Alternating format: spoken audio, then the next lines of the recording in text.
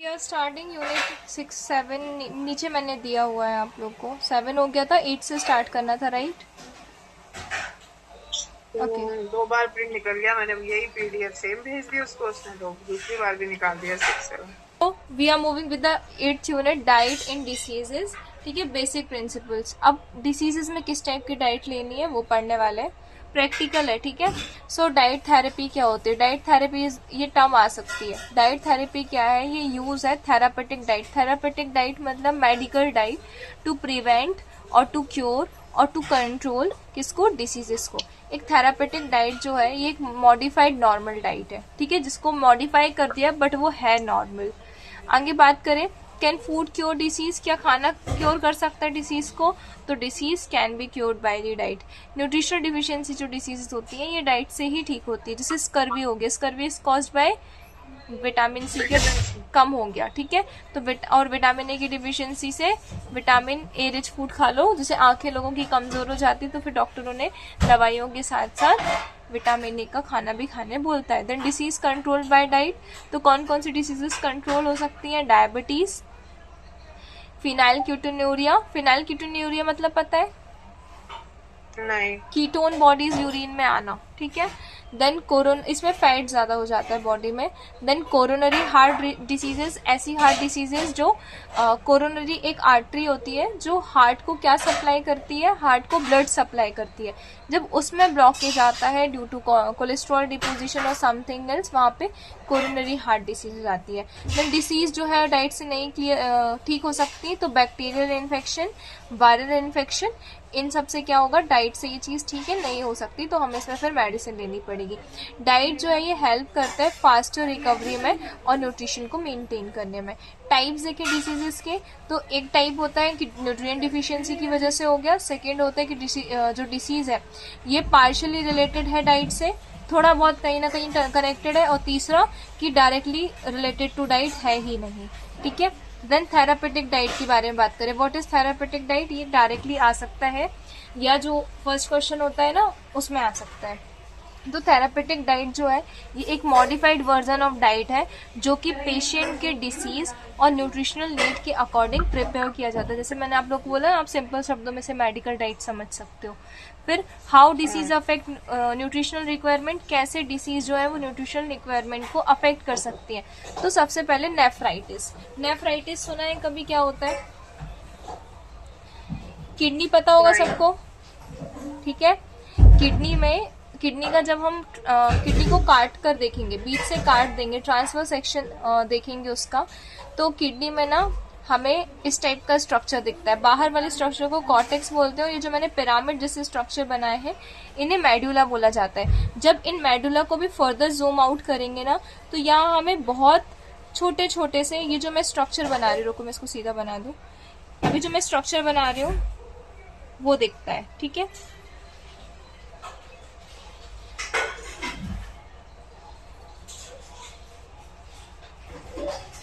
ये जो मैंने स्ट्रक्चर बनाया ना, ऐसे स्ट्रक्चर्स दिखते हैं बहुत सारे, और इसको बोला जाता है नेफ्रॉन। जैसे हमारी बॉडी की फंक्शनल और स्ट्रक्चरल यूनिट सेल है, ऐसे ही किडनी की फंक्शनल और स्ट्रक्चरल यूनिट जो है वो नेफ्रॉन है। जैसे फिल्टर मशीन में एक एक यूनिट से फिल्टर होता है, ऐसे ही हमारा जो ब्लड है इन यूनिट्स में जाके फिल्टर होता है। ये बहुत डीप ब्रीफली हमें इसको पढ़ना पड़ता है। तो अभी खैर आपके सिलेबस में इतना नहीं, ये समझो ये जो नेफ्रॉन होती है, इस आइडिया तो लगाया था मैं, नेफ्रो जो होता है वो किडनी से रिलेटेड जो फंक्शनिंग के लिए डॉक्टर को दिखाते हैं ना, नेफ्रो नेफ्रो करते रहते हैं। हाँ। तो मैंने थोड़ा सा आइडिया तो ये लगाया ही था कि वो उससे रिलेटेड होगा। ठीक है, समझ गए। तो ये किडनी की बेसिक फंक्शनल स्ट्रक्चरल यूनिट होती है जिससे पूरी किडनी बनी है और इन्हीं यूनिट से काम हो रहा है। ठीक है, तो ये जो नेफ्रॉन्स है इनमें जब इन्फ्लामेशन आ जाती है तो उसको नेफ्राइटिस बोलते हैं। एक मैं मेडिकल चीज सिखा रही हूँ आपको, जिस भी वर्ड के पीछे आपको आइटिस लगा दिखे समझ जाना वहां इन्फ्लामेशन की बात हो रही है। ठीक है, तो इस टाइम पे क्या रेस्ट्रिक्ट कर दिया जाता है? अच्छा बता चुकी हूँ मैं। रेस्ट्रिक्ट क्या कर देते हैं कि बंद कर दिया बिल्कुल, तो सोडियम। सोडियम मतलब जो Na होता है ना उसको बंद कर देते हैं डाइट में देना। प्रोटीन भी कम कर देते हैं। इसका रीजन ये है कि देखो ऐसे समझो हमारी बॉडी में जब वो होता है ना फिल्ट्रेशन होता है, तो फिल्ट्रेशन के टाइम पे 100% प्रोटीन एब्जॉर्ब हो जाता है, वो यूरिन में नहीं आता। अगर यूरिन में प्रोटीन आ रहा है that is not good sign. Protein urea हो जाता है, वो बिल्कुल अच्छा साइन नहीं है, ठीक है। अगर प्रोटीन यूरिन में आया तो इस अब क्या हो गया, स्वेलिंग हो गई। स्वेलिंग हो जाएगी तो पोर्स बढ़ जाएंगे, जिसकी वजह से प्रोटीन के यूरिन में आने के चांसेस बढ़ जाएंगे। आया बात समझ में। और फिल्ट्रेशन अच्छे से नहीं होगा, तो फिल्ट्रेशन अच्छे से नहीं होगा तो क्या होगा, पानी जो है वो बॉडी में रह जाएगा। पानी रह जाएगा मतलब सोडियम भी रह गया। अगर हम एक्सेस सोडियम उसमें बॉडी में देंगे, तो मैंने आप लोगों को सोडियम और पानी के बीच की लव स्टोरी बताई थी, जहाँ सोडियम वहाँ पानी। तो अगर हमने बॉडी में सोडियम का इंटेक बढ़ाया तो पानी और ज्यादा बॉडी में रहने लग जाएगा। और किडनी क्योंकि ऑलरेडी नेफ्रॉन स्वेलअप हो चुके हैं तो फंक्शन नहीं कर रही, इसकी वजह से अडीमा देखा जा सकता है। अडीमा मतलब पानी भर जाता है ना बॉडी में किसी भी पार्ट में, जैसे एसाइटिस हो गया, जनरलाइज अडीमा हो गया, होता ना पानी भर गया पेट में, सुनी होगी ये टर्म्स। तो ये चीजें देखी जाती है। देन नेफ्राइटिस समझ में आ गया, लिखा छोटा सा है, समझा मैंने ब्रीफ में दिया है। देन डायबिटीज, ठीक है।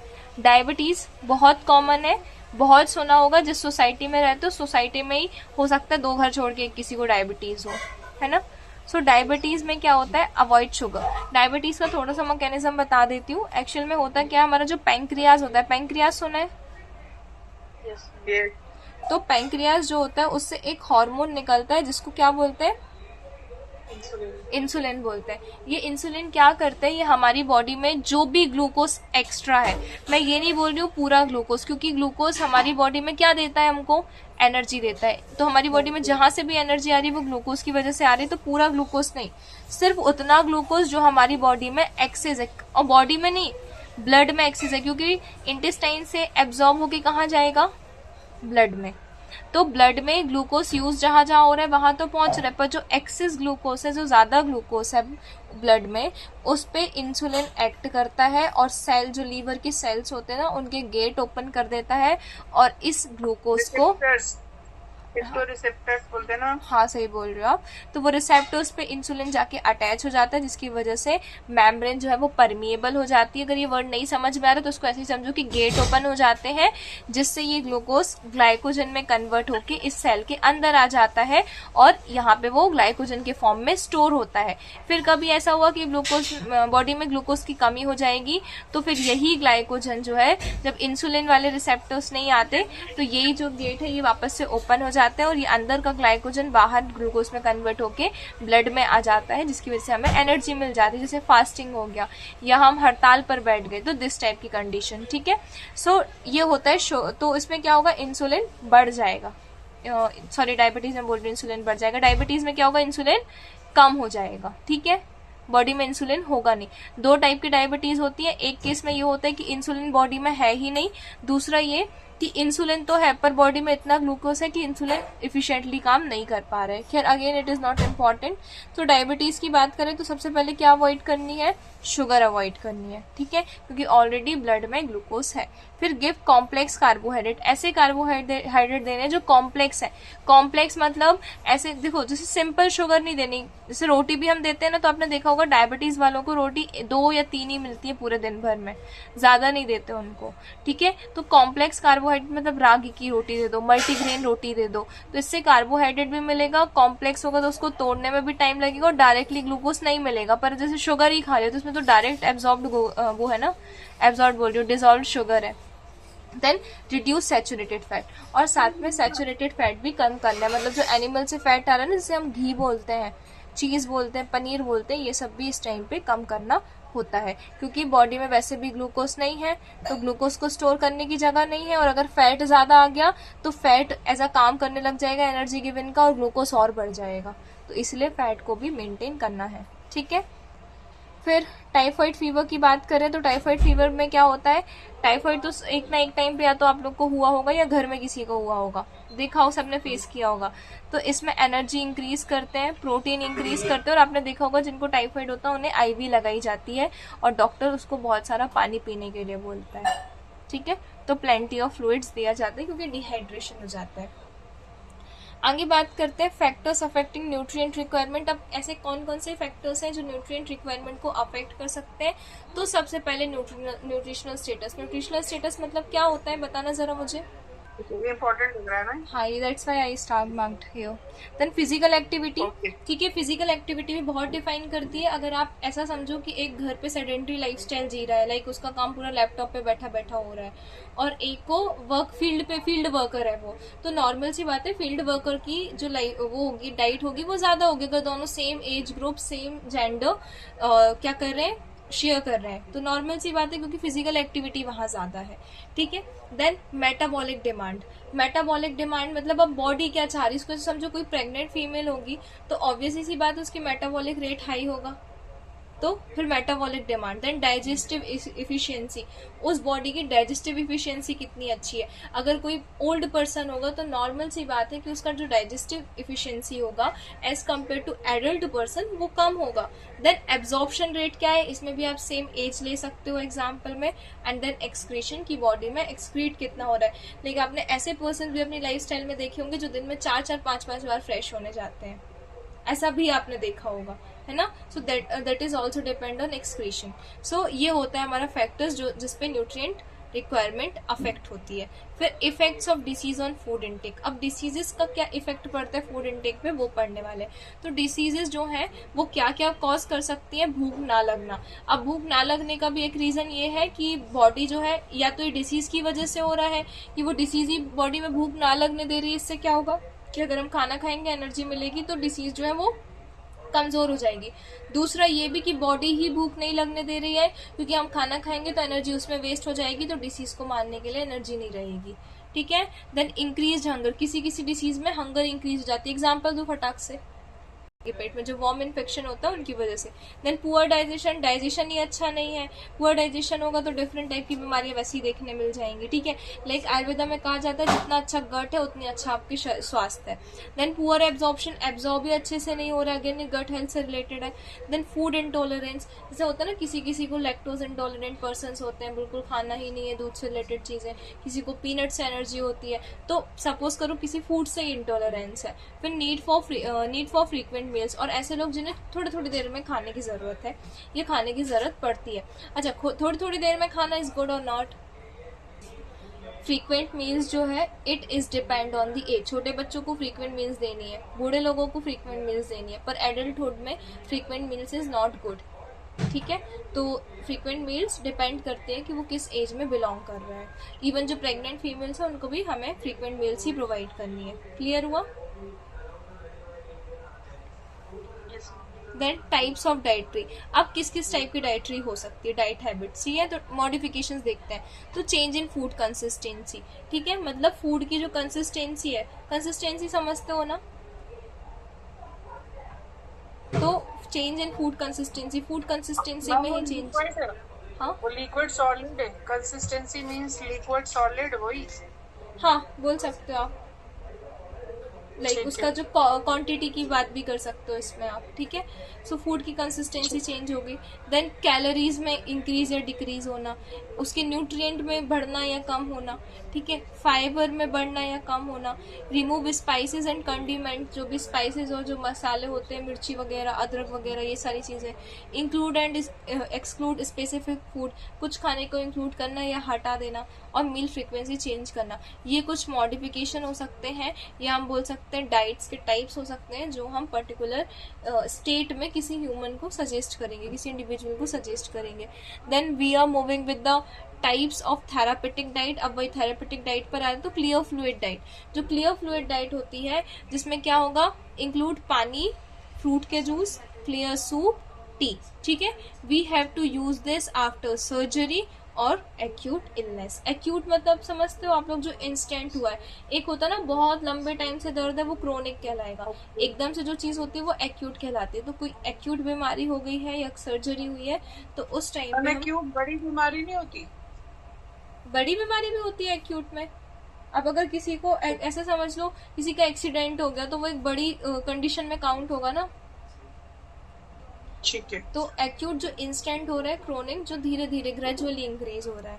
फिर फुल फ्लूइड डाइट की बात करें जिसमें पूरा सिर्फ फ्लूइड होगा तो मिल्क हो गया। आपको पता होगा ये चीज की मिल्क जो है अपने आप में कंप्लीट फूड होता है कंप्लीट बैलेंस ना। डाइट है, हाँ। फिर देन पॉरेज, पॉरेज एक डिश होती है। फिर कस्टर्ड आपने सुना होगा, फ्रूट कस्टर्ड बनाते भी होगे घर पर, ठीक है। फिर सूप हो गया, आइसक्रीम हो गया। अब अगेन ये मार्केट वाली आइसक्रीम की बात नहीं हो रही है, लाइक घर में भी आइसक्रीम बनती है ना, दूध खोबे को जमा कर उसमें ड्राई फ्रूट्स डाल दो, आइसक्रीम बन गई, ठीक है। Then use when patient can not chew, ये उस टाइम पे यूज की जाती है जब पेशेंट जो है वो च्यू नहीं कर पाता, जैसे मान लो टीथ जो है रूट कैनाल हुआ है या टीथ किसी का निकला हुआ है, ट्रांसप्लांट वाली चीजें, ये सारी चीजों में, ठीक है। फिर सॉफ्ट डाइट की बात करें, जो छोटा वो सॉफ्ट डाइट छोटा बोल रही हूँ मैं, मैसी फूड होता है, ठीक है, बहुत सॉफ्ट नेचर का होगा। तो सॉफ्ट होगा, इजिली डाइजेस्टिबल फूड होते हैं इसमें, जिसमें फाइबर कम होना चाहिए, ठीक है, क्योंकि फाइबर देखो एक तो ऑब्वियसली सॉफ्ट फूड है, जल्दी डाइजेस्ट होगा, फाइबर होगा तो पेट भरा भरा लगने लगेगा। एंड माइल्ड फ्लेवर हो, उसमें ज्यादा फ्लेवर नहीं। इसका एक एग्जाम्पल खिचड़ी और मूंग दाल, ठीक है। देन मैकेनिकल सॉफ्ट डाइट की बात करें तो मैकेनिकल सॉफ्ट डाइट मतलब नॉर्मल फूड जो कि छोटे छोटे टुकड़ों में टूटे हो या मैश्ड हो, जैसे दूध रोटी हो गया, आपने देखा होगा दूध रोटी भी बहुत खाते हैं लोग। फिर मैश, जैसे आपने बनाना वगैरह मैश करके दे दिया, मैंगो मैश करके दे दिया, रोटी को भी टुकड़ों में दाल में डाल के, जैसे मूंग दाल में पेशेंट को देते हैं ना, एक रोटी खा लो दाल में, फिर उसको छोटे छोटे टुकड़ों में तोड़ के दाल में मैश करके दे देते हैं, लाइक दैट। फॉर एल्डरली और डेंटल प्रॉब्लम्स, डेंटल प्रॉब्लम का तो मैंने वैसे भी आपको पहले एग्जाम्पल दिया था। देन स्पेशल फीडिंग मेथड्स की बात करें तो इंट्रावीनस फीडिंग, मतलब वो जो इंट्रावीनस इंजेक्शंस लगते हैं ना, उसकी बात हो रही है। फिर नेसोजेनेटिक ट्यूब फीडिंग, नेसोगैस्ट्रिक ट्यूब फीडिंग, पता है आपको क्या होता है? मैं नेसोगैस्ट्रिक ट्यूब दिखा देती हूँ आप लोगों को। मैम पहले वाली भी नहीं पता मुझे तो। अरे पता होगा, उसका नाम से नहीं समझ में आ रहा। इंजेक्शंस नहीं लगे, आईवी नहीं, आईवी लगी आपको कभी? प्रेगनेंसी के टाइम पे तो लगी होगी। अलग ही होगी। रुको मैं दिखा देती हूँ, अभी पता चल जाएगा। ये देखो, ये ट्यूब आपने देखा होगा, ये जो लोग ये पेशेंट को देखा होगा हाँ टीवी देखा है। में, ये डायरेक्टली स्टमक से कनेक्ट होता है, इससे फूड दिया जाता है, ठीक है। पॉइजन की केसेस में होता है, जैसे पॉइजन के केसेस में इंसान नहीं खा पा रहा, उसको न्यूट्रिशन देना तो ऐसे देंगे। थ्रोट प्रॉब्लम है तो ऐसे खाना देंगे, ठीक है। माउथ नहीं ओपन कर पा रहा, माउथ कैंसर का केसेस है तो ऐसे खाना देंगे। फिर इंट्रावीनस, ये आईवी, इसको आईवी बोलते हैं, ठीक है, ठीक है। Okay okay. फिर आगे बात करते हैं गैस्ट्रोस्टोमी। गैस्ट्रोस्टोमी, ये सब मैं दिखा देती हूँ, पता है, ज्यादा इजी रहेगा याद करना।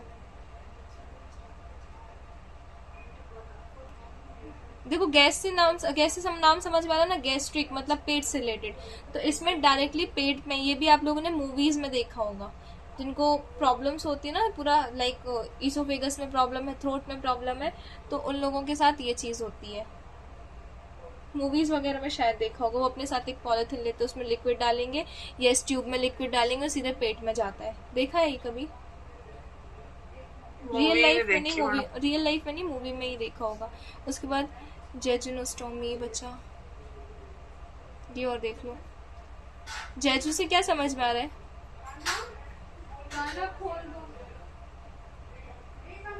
जेजुनम पता है क्या होता है? सबको जेजुनम नहीं पता होगा, वैसे मैं पहले जेजुनम बता देती हूँ क्या होता है तो ज्यादा समझ में आएगा। इंटेस्टाइन पता होगा आपको, दो टाइप्स की मिलती है हमारी बॉडी में, स्मॉल इंटेस्टाइन और लार्ज इंटेस्टाइन। जो स्मॉल इंटेस्टाइन होता है ना, उसके 3 पार्ट होते हैं। जो सबसे पहला पार्ट होता है उसको बोलते हैं जेजुनम, जो सेकेंड पार्ट होता है उसको बोलते हैं डेडुनम, और जो तीसरा पार्ट होता है उसको बोलते हैं इलियम, जो बहुत कर्व्ड होता है, ठीक है। जेजुनम, ड्यूडेनम और इलियम। तो ये जो जेजुनम होता है ये इससे कनेक्टेड होता है, ठीक है। जो मैंने स्मॉल इंटेस्टाइन होती है ना, स्मॉल इंटेस्टाइन में मैक्सिमम डाइजेशन होता है। तो जैसे अभी अपन ने देखा था ना गैस्ट्रोस्टोमी में, सीधा पेट में ही सीधा जेजुनम में जाता है, ठीक है। ये स्मॉल इंटेस्टाइन में सीधे जेजुनम में जाता है। इसकी इमेज नहीं दिख रही है मुझे प्रॉपर, इसमें ही देख लो, समझ लो, यहाँ जेजुनम से अटैच होगा, ठीक है। जो भी खाना जाएगा, जो भी लिक्विड जाएगा वो जेजुनम में जाएगा। है वो तो स्टमक में सीधा जाएगा ना? हाँ, वो स्टमक में जाएगा और ये जेजुनम में जाएगा, ठीक है। ठीक है। उसके बाद न्यूट्रिशनल केयर की बात करते हैं। तो न्यूट्रिशनल केयर क्या होता है? न्यूट्रिशनल केयर मतलब हम बेसिकली न्यूट्रिशन से केयर कर रहे हैं। तो क्या क्या इंक्लूड है? एसिडिस डिसीजेस, ऐसी डिसीजेस जहां तक उसमें न्यूट्रिशन पहुंच सकता है, मतलब कुछ डिसीजेस ऐसी है जो न्यूट्रिशन से बाहर है। फिर एसिडिस फूड हैबिट, ठीक है। एसेस फूड हैबिट, मतलब वो पर्टिकुलर इंसान वो फूड हैबिट को अडॉप्ट भी कर पाए. देन आइडेंटिफाई न्यूट्रिशनल प्रॉब्लम्स, जो भी न्यूट्रिशनल प्रॉब्लम्स है वो आइडेंटिफिकेशन करना उनका. Then we have to plan the diet, we have to educate the patient कि आपको ये खाना है, ये नहीं खाना है. मॉनिटर करना उसकी प्रोग्रेस को और इवेल्युएट करना रिजल्ट को. ये सारी चीजें आएंगी किसके अंडर में, न्यूट्रिशनल केयर के अंडर में. देन रोल देखिए कम्युनिटी हेल्थ का. कम्युनिटी हेल्थ वर्कर का क्या रोल है. So we have to promote the preventive nutrition. जो ऐसे न्यूट्रिशंस हैं, जो ऐसी चीज़ें हैं जिनको न्यूट्रिशन से हम क्या करते हैं, प्रिवेंट कर सकते हैं, तो हमें इसको प्रमोट करना है. पेशेंट्स को काउंसिल करना है, ठीक है, रेफर करना है सीरियस केस हैं अगर तो, और हाई रिस्क ग्रुप्स को एजुकेट करना है. Then we have to spread the awareness on the health services. आगे बात करें प्रिवेंशन देखते हैं. तो देखो ये तो पता होगा हमको, प्रोटीन की डिफिशियंसी है तो हम दूध देंगे, दाल देंगे, एग, फिश, ये चीज़ें हो गई. विटामिन ए की डिफिशियंसी है तो लीवर जो फिश लीवर होता है ना, ये सारी चीज़ें. फिर गाजर देना, ग्रीन लीफी वेजिटेबल्स देना. विटामिन डी की डिफिशियंसी में सनलाइट सफिशिएंट है. फिर एग हो गया, फिश लीवर ऑयल हो गया. विटामिन सी की डिफिशियंसी में आंवला, गुआवा, जितना भी खट्टा सामान है वो सारी चीज़ें. आयरन की डिफिशियंसी में again animal liver, then green leafy vegetables and pulses. Calcium की बात करें तो मिल्क, रागी बहुत बेस्ट सोर्स है कैल्शियम का. और एक और चीज़ मैं बताते हैं, आप लोग को चूना पता है, पान में चूना लगा के खाते हैं. हाँ खाते हैं, मेरे पापा मेरे पीछे पड़े कैल्शियम डेफिशिएंसी में, वो खाना चाहिए. नहीं, वो बहुत अच्छी चीज़ होती है, पता है. वो अब ये नहीं बोल रही मैं डेली खाना चाहिए, हफ्ते में एक बार, या बहुत ज़्यादा डिफिशियंसी नहीं है तो महीने भर में 2-3 बार सफिशिएंट है वो पान में चूना लगा कर खाना. आप चाहो तो थोड़ा सा चूना, लाइक चुटकी भर चूना दाल में भी मिला सकते हो, तो उसमें क्या होगा, टेस्ट नहीं आएगा उसका, और खा भी लेंगे. तो ये कैल्शियम का एक रिच सोर्स बोल सकते हैं, ठीक है, पर बहुत माइन्यूट क्वांटिटी में, चुटकी भर बोला है मैंने. महीने में 3-4 बार खाना सफिशिएंट है, ठीक है. और देन सीसमे सीड. फिर आयोडीन की बात करते हैं तो आयोडाइज सॉल्ट, और उसके बाद सी फूड, जितना भी पानी से मिलता हुआ खाना है. फिर विटामिन B1 की बात करें, अच्छा खाना इन द सेंस मैं फिश वगैरह की बात कर रही हूँ, क्रैब्स की. फिर विटामिन B1 की बात करें तो जितने भी अनाज हो गए और पल्सेस हो गई. विटामिन B2 बात करें तो milk, egg, green leafy vegetables. और नियासिन विटामिन बी कॉम्प्लेक्स की फैमिली का ही है. इसमें अगेन कैरल्स, फिश, मीट, ये सब आ जाएगा, ठीक है. आगे बात करते हैं बेनिफिट्स क्या है फाइबर्स के, ठीक है. तो मैंने ये DNHE1 में भी पढ़ाया था कि फाइबर जो है ना वो कैंसर तक की चीज़ों को प्रिवेंट करता है. फाइबर में कुछ ऐसे सब्सटेंसेस होते हैं जो हमारे सेल्स की कार्सिनोजेनिक पावर जो है उसको क्या करते हैं, रिड्यूस करता है. आपको पता है हमारा सेल ही कैंसर प्रोड्यूस करता है, कोई बाहर से आके कैंसर नहीं प्रोड्यूस करता कि कोई वायरस आया उसने कैंसर बना दिया. हमारी बॉडी ही कैंसर प्रोड्यूस करती है.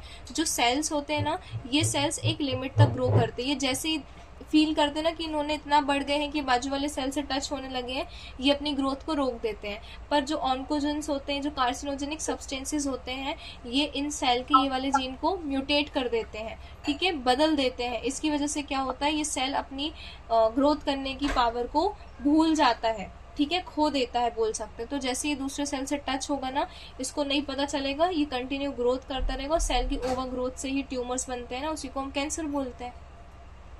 Then it prevent. अभी आपने डाइट बताइए. चलो back to the topic. So it help control blood sugar, ठीक है, कोलेस्ट्रॉल कम करता है, ओबेसिटी का रिस्क कम करता है, और साथ में जो कोलोन कैंसर के रिस्क होते हैं. कोलोन पता है आप लोगों को क्या होता है, पेट में होता है ना कुछ, पेट में होता है. ये देखो मैंने आपको स्मॉल इंटेस्टाइन, लार्ज इंटेस्टाइन पढ़ाया. तो लार्ज इंटेस्टाइन जो होती है ना, लार्ज इंटेस्टाइन के भी पार्ट्स होते हैं. तो उसमें एक जो स्टार्टिंग पार्ट होता है लार्ज इंटेस्टाइन को, उसको कोलोन बोलते हैं. ये जो कोलोन होता है ना, इसमें हमारी बोलते हैं ना इंटेस्टाइन में, स्टमक में बैक्टीरिया है, तो इस कोलोन में बहुत सारे बैक्टीरिया रहते हैं जो कि good bacteria for our health, ठीक है. तो इसमें बहुत सारे बैक्टीरिया होते हैं, पर खाना लार्ज इंटेस्टाइन से जा रहा है. पर सपोज करो किसी को कॉन्स्टिपेशन की प्रॉब्लम है और खाना ज़्यादा देर तक रह गया, तो वहाँ पे गुड बैक्टीरिया तो ज़रूर है, पर एक हर चीज़ एक लिमिट में और एक क्वांटिटी में रहती है ना. तो वहाँ पे अगर खाना ज़्यादा देर तक स्टोर हो जाएगा तो वो उसकी जो वॉल है उसको डैमेज करेगा. साथ में जो बैक्टीरिया हैं वो अगर उस खाने को खाएंगे तो उनसे जो गैसेस प्रोड्यूस होंगी वो थोड़ा ज़्यादा क्वांटिटी में हो जाएंगी, जिसकी वजह से वहाँ पे अल्सर जैसी प्रॉब्लम जो कि अल्टीमेटली कैंसर को लीड करती है, ये देखा जाता है. इसलिए कॉन्स्टिपेशन होता है ना, थोड़ा सा भी कॉन्स्टिपेशन है तो कॉन्स्टिपेशन को हमें नेग्लेक्ट नहीं करना चाहिए, क्योंकि कॉन्स्टिपेशन कैंसर भी लीड कर सकता है, ठीक है. इसलिए हाँ। लोग बोलते हैं कि कॉन्स्टिपेशन को इग्नोर नहीं करना है, ठीक है। देन एक्सेस फाइबर की बात करें तो इट में रिड्यूस एब्जॉर्प्शन। किसका एक्सेस फाइबर रिड्यूस? अब देखो बहुत ज्यादा फाइबर भी नहीं खाना है, क्योंकि अब कुछ लोग पतले होने के चक्कर में क्या सोचते हैं कि अगर मेरे को वेट गेन करना है तो सिर्फ फाइबर रिच डाइट लेनी, कैलोरी नहीं लेनी। दैट इज नॉट गुड, क्योंकि आपका जो प्राइमरी सोर्स है ना एनर्जी का, वो कैलोरी ही है। हाँ कम कर सकते हो, पर इसका मतलब ये बिल्कुल नहीं है कि आपको कैलोरी नहीं लेना है। ये तो आपने पढ़ा दिया। सो ये अगेन एक्सेस फाइबर जो है, देखो मैं क्या बता रही थी, जो लोग एक्स्ट्रा रहता ना कि वेट कम करने तो उस चक्कर में कैलोरी जो है वो बिल्कुल कट कर देते हैं। बट अगेन कैलोरी कट नहीं करनी है, प्रोटीन लेना है और जो फाइबर्स है उनका इंटेक बढ़ाना है। पर इसका मतलब बिल्कुल नहीं कि टोटल डाइट उस पर डिपेंड हो जाए, क्योंकि अब क्या होगा, एक्सेस फाइबर्स जो होंगे ना तो हर चीज में, देखो एक चीज समझना, मैंने आप लोगों को शायद नहीं, ये DNHE 1 में था, जैसे अगर हम पालक की भाजी खा रहे हैं ना तो पालक की भाजी में विटामिन ए भी है, मिनरल्स भी हैं, वो हमारी बॉडी के लिए बहुत अच्छा है। पर साथ में उसमें ऐसे सब्सटेंसेस भी हैं, जैसे आयरन भी है ना, तो ऐसे सब्सटेंसेस भी हैं उसमें फाइटेट्स जैसे, जो आयरन का एब्जॉर्प्शन ही नहीं होने देते। मतलब उसी पालक की भाजी में आपको आयरन भी मिलेगा और उसी पालक की भाजी में आपको एक ऐसा सब्सटेंस भी मिलेगा जो इस आयरन के एब्जॉर्प्शन को होने ही नहीं देगा। दैट इज द थिंग जो मैंने बोला ना कि आप 100% भी खाना खा रहे हो तो उसका 50% एब्जॉर्ब हो रहा है, क्योंकि खाने में ही कुछ ऐसे सब्सटेंसेस जो एब्जॉर्प्शन नहीं होने दे रहे। तो जब एक्सेस फाइबर हो जाएगा तो ये कैल्शियम, जिंक, मैग्नीशियम, इन सब का एब्जॉर्प्शन को वो क्या करेगा, अफेक्ट करेगा। क्लियर हुआ ये सब? यस। बाकी ये सब मैंने पढ़ा दिया है। नेक्स्ट यूनिट पर आए।